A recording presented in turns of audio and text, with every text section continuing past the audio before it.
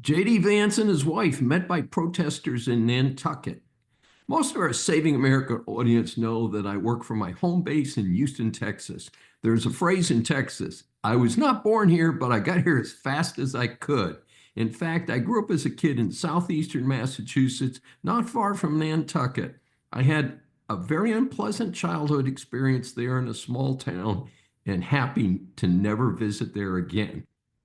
So recently, JD Vance and his wife Usha went to Nantucket for a routine fundraiser.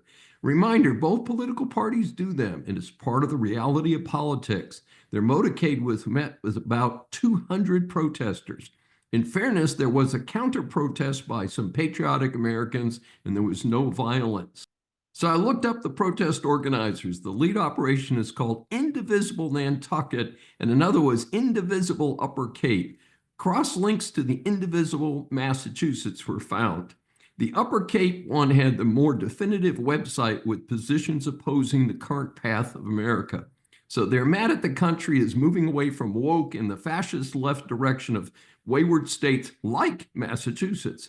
They view the Trump administration, in this case, JD Vance, as a representative of the administration, as a target. They spout off about democracy, but most of the organizers' viewpoints are in sync with less than 20% of the U.S. population. It seems to me if they were really about America and democracy, they would be for what the majority of Americans support. Not a single conservative I know supports racial discrimination, but that means no discrimination based on race, not DEI nonsense.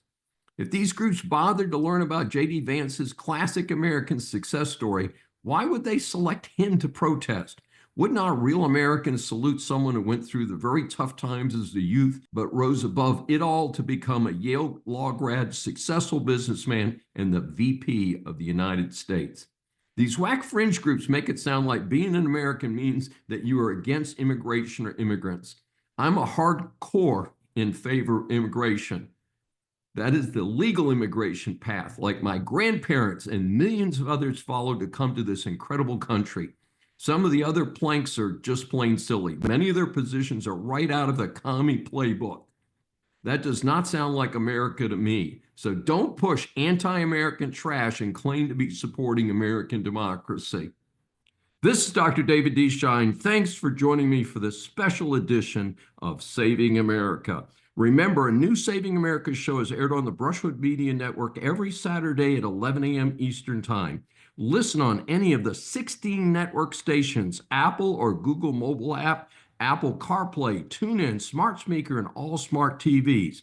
Find more information at the brushwoodmedianetwork.com. Please be sure to join us each week. We welcome and love your feedback from our growing audience.